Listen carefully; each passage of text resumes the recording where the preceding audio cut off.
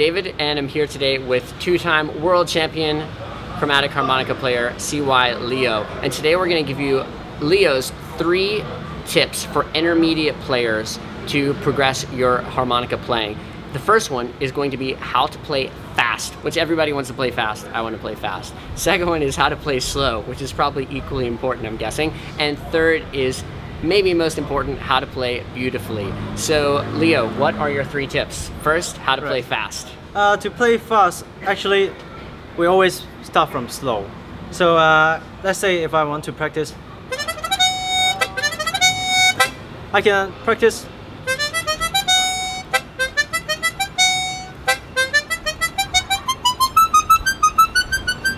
from slow, but everyone knows it. So what is the tips is we can practice always like this. Or so we make it a syncopated note that will actually like I will do this 10 times and 10 times for both sets, and then you check it for the same tempo again, and then you will figure out you are improving much better and much faster. So this is the tips for playing fast. It's just very simple. Practice from slow and use these 2 concepts. This is the 2 concepts. Okay, so okay, so it seems like that you're just putting the accents on different places. Actually, right? It is a syncopation. Okay. It's a finger da da da da da da and da da da da da da. So it's actually the concept is to make every 2 notes faster than usual, but you only have to focus on 2 notes da da at one time da da da da da da da da da da da da da da. So in a combination, you practice all the notes because the 2 sets will match with each other. Gotcha. Okay. Yes, yes. So how much is this, like a 5-note combination, or how many notes is this total? As long as how long as is the sentence you're practicing. Like, okay.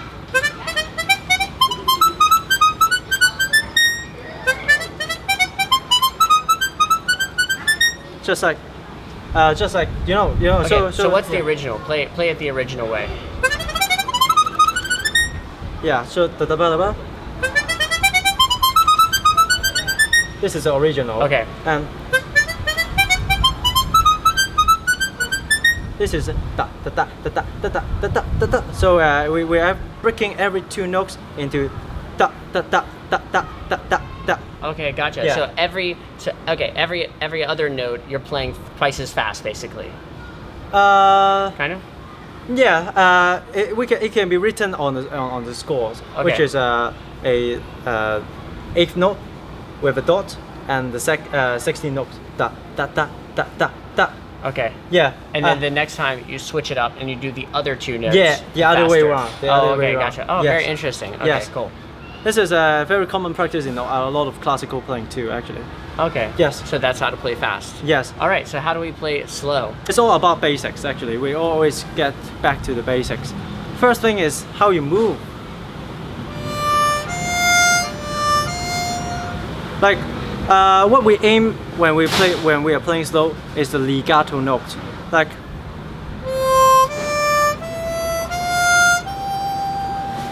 we don't want to do this. This is not legato.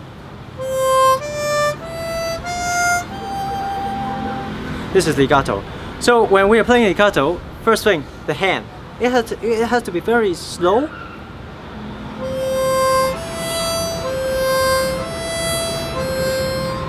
Second thing is about the breathing. You have to get in like this instead of the. Yes, the.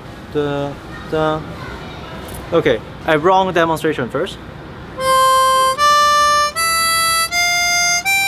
This is not stick together. So if we play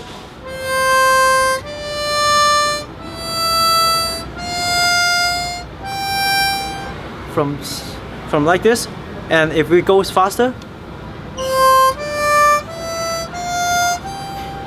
and then we get a legato. But this is a very advanced skill that you have to practice your breathing to control the breathing from this to that. Just a slight increase of the volume, and and so you can get a echo and legato playing. Leo, it seems like when I'm listening to you that a lot of playing properly in legato, it has to do with actually more of a modulation of the sound. Because I noticed that when you're playing legato, the first note, it always starts off kind of softer. Softer. Yeah. That's so true. I noticed that when you're playing and it's Yes. not as legato, every note is kind of the same volume. But Right. when you're playing legato, when you're playing slow, you want every note to kind of smoothly start at a little bit of lower volume. All this in Yes. vocalizing, we call it Yes. messa di voce, which is where you Right. start very soft and get very loud and then it's Right. very soft again. So it's kind of That's very true, It has because- a lot to do with that. playing Because slow. this is going against the harmonica nature.